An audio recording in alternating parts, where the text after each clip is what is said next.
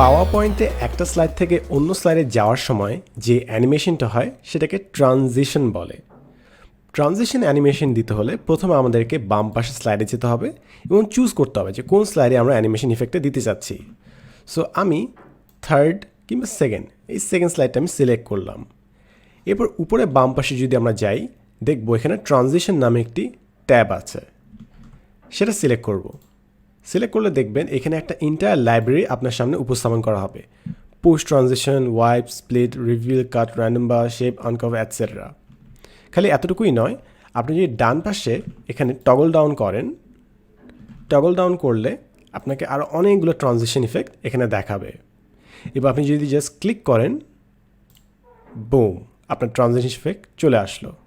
Split, cut, random burst, fall over, drape, etcetera.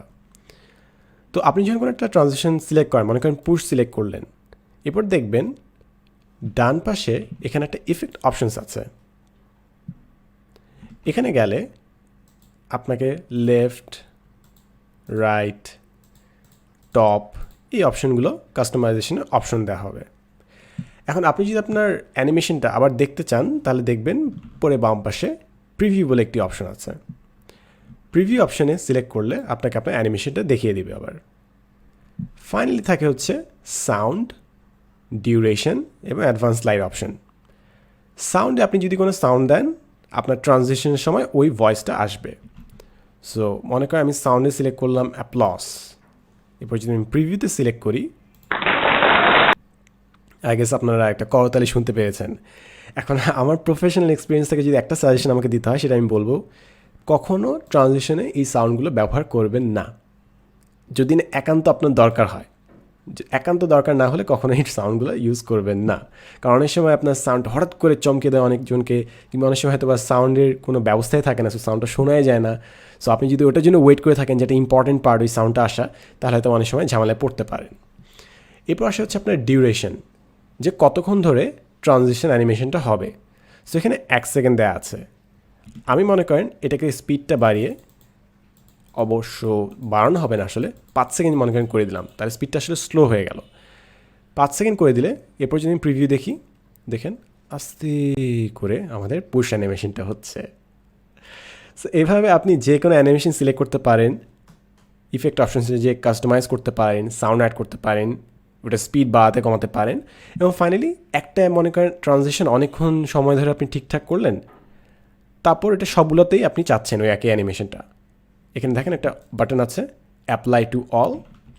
Apply to all যদি select করি, তাহলে দেখবেন বাকি সবগুলো স্লাইডে আপনার অ্যানিমেশন চলে আসছে। এই সাইডে যদি যাই, ওই সেম অ্যানিমেশন। এবং অ্যানিমেশন কিংবা ট্রানজিশন আছে কীভাবে বুঝবেন, স্লাইডের ঠিক বাম পাশে দেখবেন স্টার একটা আইকন থাকে, সো এটিতে আপনি বুঝবেন ট্রানজিশন কিংবা অ্যানিমেশন আছে ওই স্লাইডের মধ্যে। এবার অ্যাডভান্স স্লাইড অপশনটাতে আমরা এক্সপ্লোর করি। এখানে দুটো অপশন আছে, অন মাউস ক্লিক আর আফটার। এটা মানে হচ্ছে আপনি মনে করেন একটা স্লাইড নিয়ে কাজ করছেন, পরবর্তী স্লাইডে যাওয়ার জন্য আপনি কি মাউস ক্লিক করবেন, নাকি একটা নির্দিষ্ট নির্ধারিত সময় পর পরবর্তী স্লাইডে চলে যাবে। সো আপাতত এখানে দেওয়া আছে অন মাউস ক্লিক। সো আমি যদি প্রেজেন্টেশনটা অন করি, স্লাইড শোটা অন করি, যদি আমি এখানে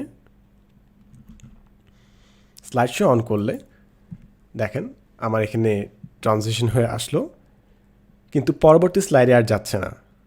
যতক্ষণ না পর্যন্ত আমি ক্লিক করি, স্লাইড এখানেই থেমে থাকবে। সো আমি যদি ক্লিক করি, পরবর্তী স্লাইডে চলে যাওয়া শুরু করলো। এর মানে হচ্ছে আমরা একটা স্লাইড থেকে অন্য স্লাইডে যেতে হলে আমাদেরকে মাউস ক্লিক করতে হবে। এখন আমি যদি চাই যে মাউস ক্লিক না, অটোমেটিক একটা নির্দিষ্ট সময় পর পরবর্তী স্লাইড চলে যাবে, তাহলে আমি আফটার সিলেক্ট করব। আফটার সিলেক্ট করে মনে করেন এটাকে আমি 4 সেকেন্ড দিলাম। সো মাউস ক্লিক অফ করে আমি আফটার টগল আপ করে দিলাম এবং 4 সেকেন্ড দিয়ে দিলাম। এর মানে হচ্ছে আমি ক্লিক করি আর না করি, আমি যে স্লাইড নিয়ে কাজ করছি 4 সেকেন্ড থেকে পরবর্তী স্লাইডে চলে যাবে। তো চলেন দেখি এটা কীভাবে কাজ করছে। এই স্লাইড অন করলাম, আপনার টাইম দেখতে পাচ্ছেন 5 সেকেন্ড ধরে স্লাইডটা আসলো, 9 নম্বর সেকেন্ডে পরবর্তী স্লাইড চলে যাবে। এই যে 4 সেকেন্ড হলো, পরবর্তী স্লাইডে চলে যাচ্ছে।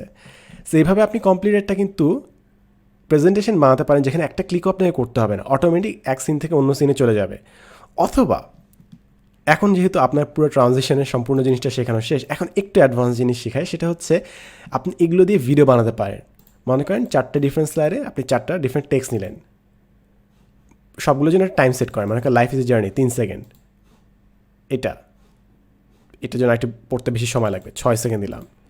এর পরেরটা আফটার দিলাম 4 সেকেন্ড দিলাম, লাস্টেরটার জন্য দিলাম হচ্ছে মনে করেন 5 সেকেন্ড।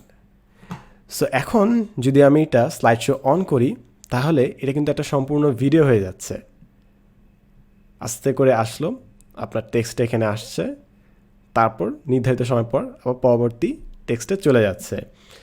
সো এইখানে হচ্ছে আসল বিষয়, আপনি মনে করি কোনো একটা ভিডিও বানাতে চাচ্ছেন, আপনি চান, এখন আপনি জাস্ট এরকম কয়েকটা স্লাইড বানাবেন, স্লাইড বানিয়ে আপনি একটা নির্দিষ্ট টাইমার সেট করে দেবেন যে একটা স্লাইড কতক্ষণ শো করবে, শো করার পর একটা ট্রানজিশন দিয়ে দিবেন, পরবর্তী স্লাইডে যেতে থাকবে।